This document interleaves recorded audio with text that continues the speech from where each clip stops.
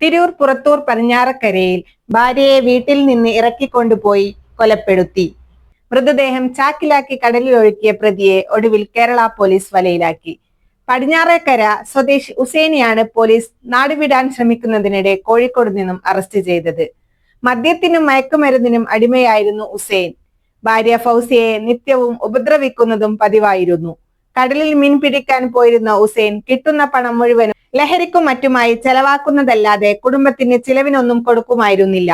ഫൗസിയ മറ്റു വീടുകളിൽ പോയി മുറ്റമടിച്ചും പാത്രം കഴുകുമായിരുന്നു മക്കളെ നോക്കിയിരുന്നത്.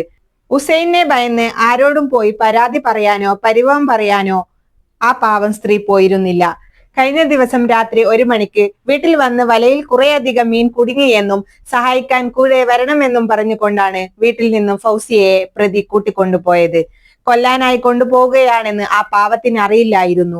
കൊലപ്പെടുത്തി മൃതദേഹം ചാക്കിലാക്കി വെള്ളത്തിൽ ഒഴുക്കിയ ഉസൈൻ പുലർച്ചെ തന്നെ സംഭവ സ്ഥലത്ത് നിന്നും കടക്കുകയായിരുന്നു. ഉസൈനെയും ഫൗസിയെയും കാണാതായതിനെ തുടർന്ന് ഇരുവർക്കും വേണ്ടി നാട്ടുകാർ വലിയ രീതിയിൽ തിരച്ചിൽ നടത്തി. അതിനിടെയാണ് ഫൗസിയയുടെ മൃതദേഹം മീൻ പിടിക്കാൻ പോയവർക്ക് കിട്ടിയത്. അപ്പോൾ തന്നെ പോലീസ് ഉസൈന് വേണ്ടി നാനാഭാഗത്തും അന്വേഷണം ആരംഭിച്ചു. ഒടുവിൽ പ്രതിയെ പിടികൂടിയത് കോഴിക്കോട് ബസ് യാത്ര ചെയ്യവേ ആയിരുന്നു. സാങ്കേതികമായ എല്ലാ സൗകര്യങ്ങളും ഉപയോഗിച്ച് മിന്നൽ വേഗത്തിൽ പ്രതിയെ പിടികൂടിയ കേരള പോലീസ് ടീമിന് ഒരു ബിഗ് സല്യൂട്ട്.